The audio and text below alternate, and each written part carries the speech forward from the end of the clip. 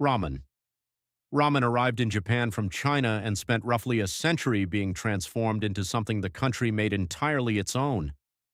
The foundation is the broth, simmered for hours from pork bones, chicken, or dashi, then seasoned with one of four base flavors: shoyu, miso, shio, or tonkotsu.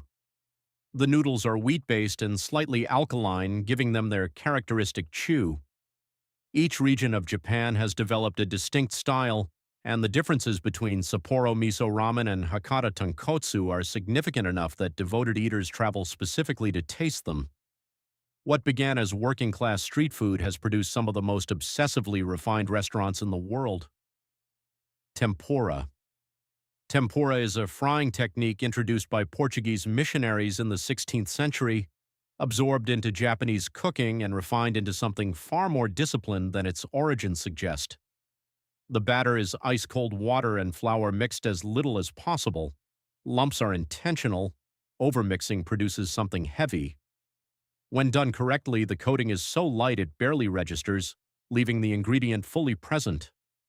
The oil temperature is monitored constantly, and each piece is eaten immediately after frying before the coating softens. In specialized restaurants, pieces arrive one at a time directly from the oil to the plate. Soba. Soba are thin buckwheat noodles that occupy a cultural space in Japan going well beyond a simple bowl. Buckwheat has been cultivated there for over 1,000 years, and soba eating developed its own etiquette, dedicated restaurants, and regional identities. The noodles are served cold on a bamboo tray with dipping sauce in summer or hot in a light dashi broth in winter. Slurping is encouraged, considered a sign of enjoyment and a practical way to cool the noodles.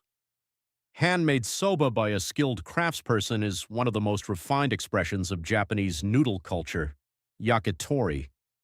Yakitori means grilled bird, small pieces of chicken threaded onto bamboo skewers and cooked over a charcoal grill.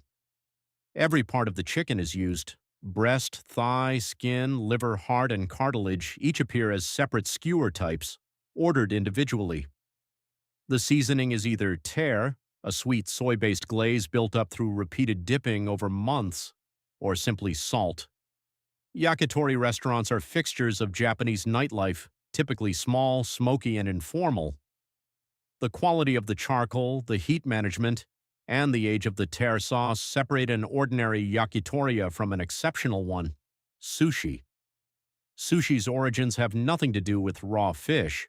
The earliest form was a preservation method in which fish was packed in fermented rice for months, the rice discarded and only the fish eaten. The vinegared rice and fresh fish combination developed in Edo during the 19th century as fast street food. A skilled sushi chef trains for years before being trusted to season rice or slice fish independently. The rice temperature, the pressure applied forming nigiri, and the angle of each cut are considered as important as the quality of the fish. Where less is done to the ingredient, the more demanding the standard it must meet: miso soup. Miso soup is the most quietly present dish in Japanese food culture, appearing at breakfast, lunch, and dinner without ceremony, yet whose absence would be immediately noticed. Miso paste, a fermented mixture of soybeans and grain, is dissolved into dashi stock with whatever the season suggests: tofu, wakame, daikon, or clams. Miso comes in dozens of varieties ranging from pale shiro miso to intensely flavored hacho miso, and the choice shapes the soup entirely. The fermentation process takes anywhere from weeks to several years, and the depth of an aged miso is something instant versions approximate but never reach.